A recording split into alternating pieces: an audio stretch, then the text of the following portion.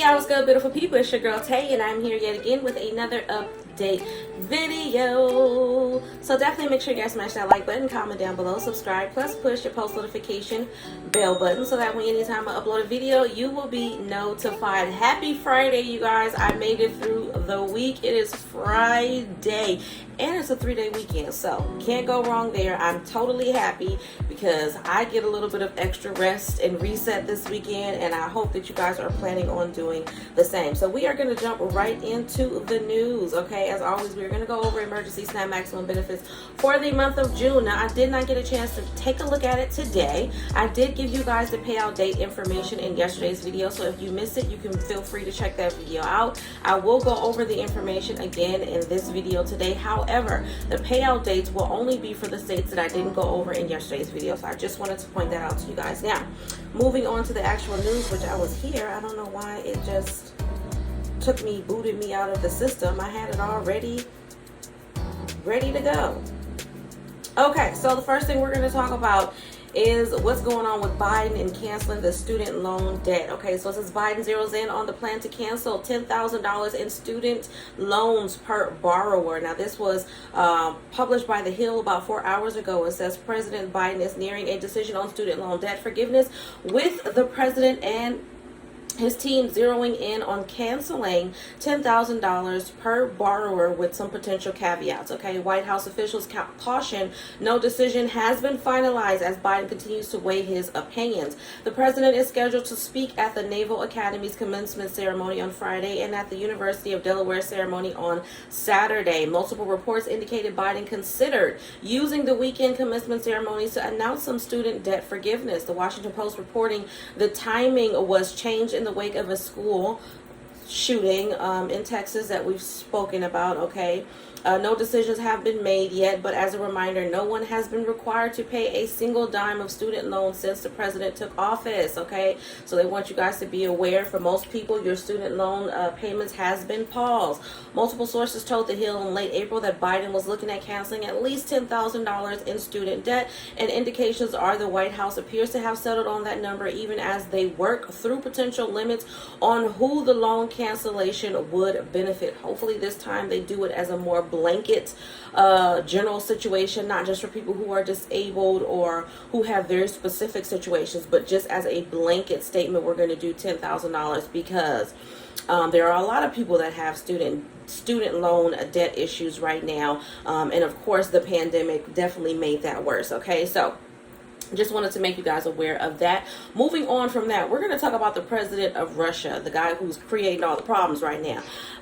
Putin, I don't know how you say his name, Putin, whatever you call it, Putin, plans to let the world starve unless his demands are met as Russia hoards grain. Okay, Russia has said it is prepared to allow grain to leave Ukrainian Black Sea ports as long as sanctions imposed against Moscow due to the Russian invasion of Ukraine are eased. Okay, the comments by Russian Deputy Foreign Minister Andrei Rudenko follow fear that Russia's blockade of Ukrainian ports could cause global starvation, as accusations mount that Vladimir Putin is weaponizing food as a part of his invasion. Okay, Ukraine is a major exporter of corn and sunflower oil, and together with Russia provides nearly a third of global wheat and barley supplies. Around 20 million tons of grain remain stranded at Black Sea ports, prompting Western countries to propose safe corridors for food exports, but this would require Russian consent. Okay, Rudenko said on Wednesday that Moscow was open to this idea, but that the solution to the food problem requires a comprehensive approach. Okay, this included requiring Ukraine to clear our ports where ships are docked, resolving issues with insuring vessels, and allowing Russian ships access to European ports and vice versa. Russia is ready to provide the necessary humanitarian passage, which it does every day, he said. Bull. The last part was me, but I'm pretty sure you guys already know that. So, yeah, that's just plain evil. So he's going to make it to where if I don't get what I want, ain't nobody going to eat. I'm sorry, everybody. So I'm not telling you guys this information so you can go out there and panic buy. Please do not panic buy.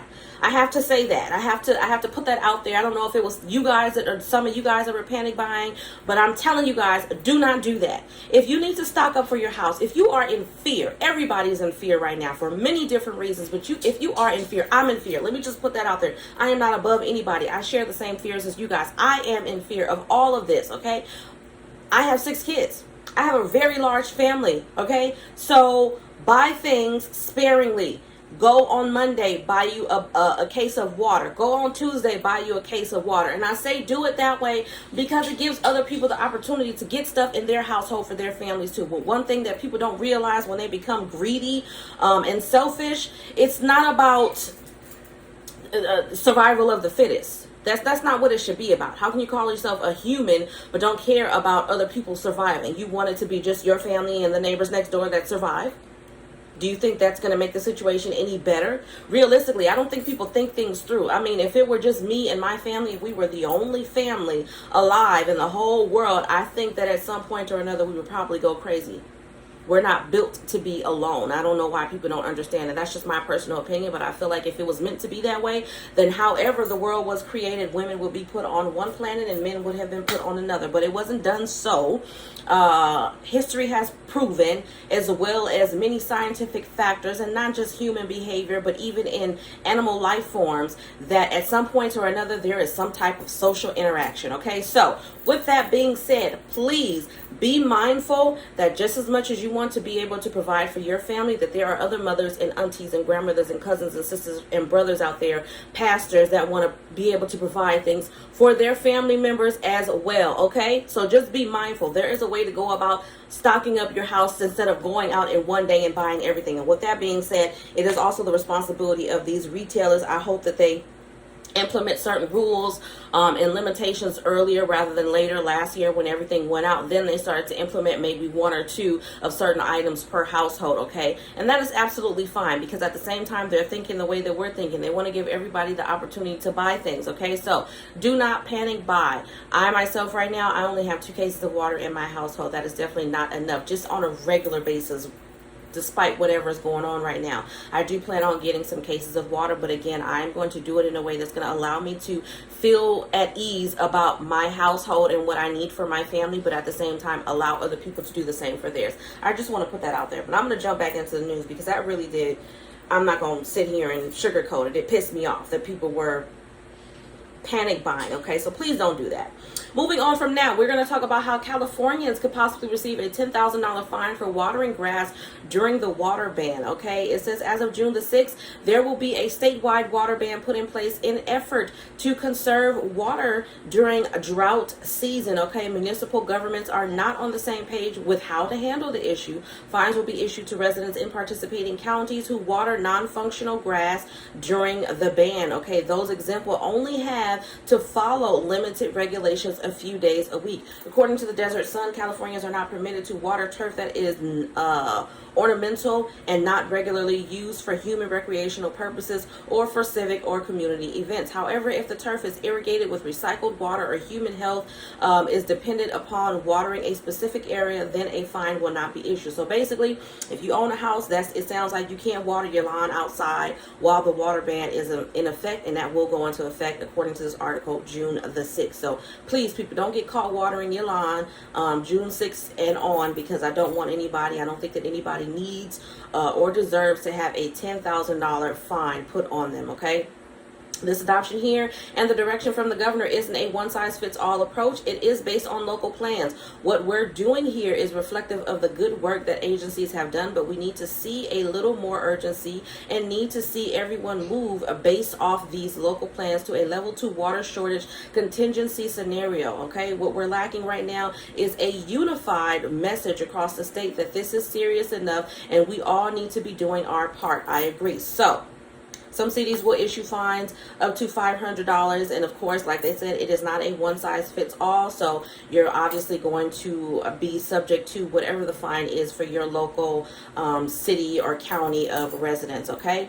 Moving on from that, okay, jumping back onto a subject that I talked about a little bit I want to say a couple of days ago, when they were talking about how consumer buying decisions have changed. It says here that wealthy shoppers are splurging at Macy's while low-income shoppers are pulling back at Walmart. This was published by CNN yesterday.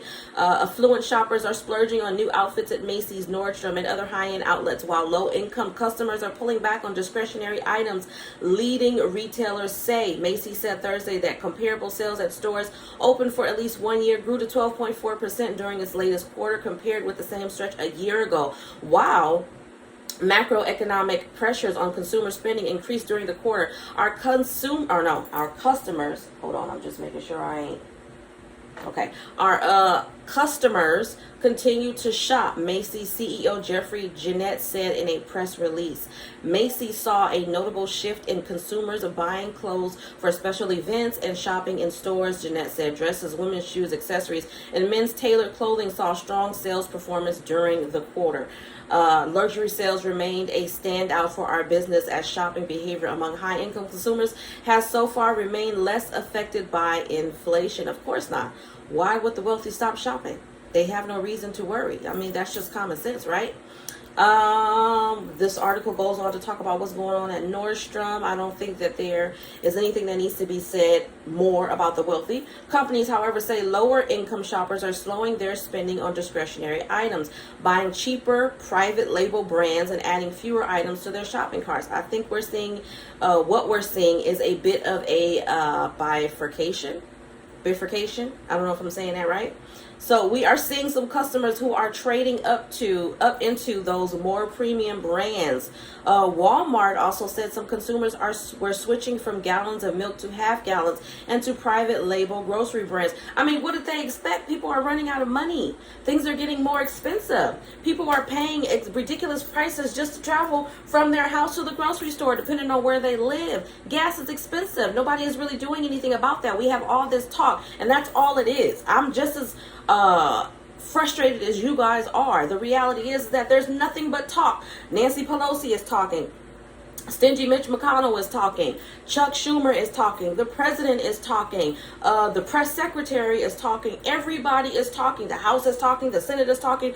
But nobody is doing anything. So they're leaving people to make these decisions based off of their inconvenient circumstances. People are running out of money, and it's not changing the fact that they still need to be able to purchase things, or they still have to purchase things in order for them to survive. Just the basics. Toilet tissue, deodorant, body wash. I mean, come on. Yes, I've been doing it like that for years, but even more so now, I see myself without even thinking about it. If I can't get a brand that I am used to, I will most definitely go to an off brand for some of my household, personal, or whatever needs.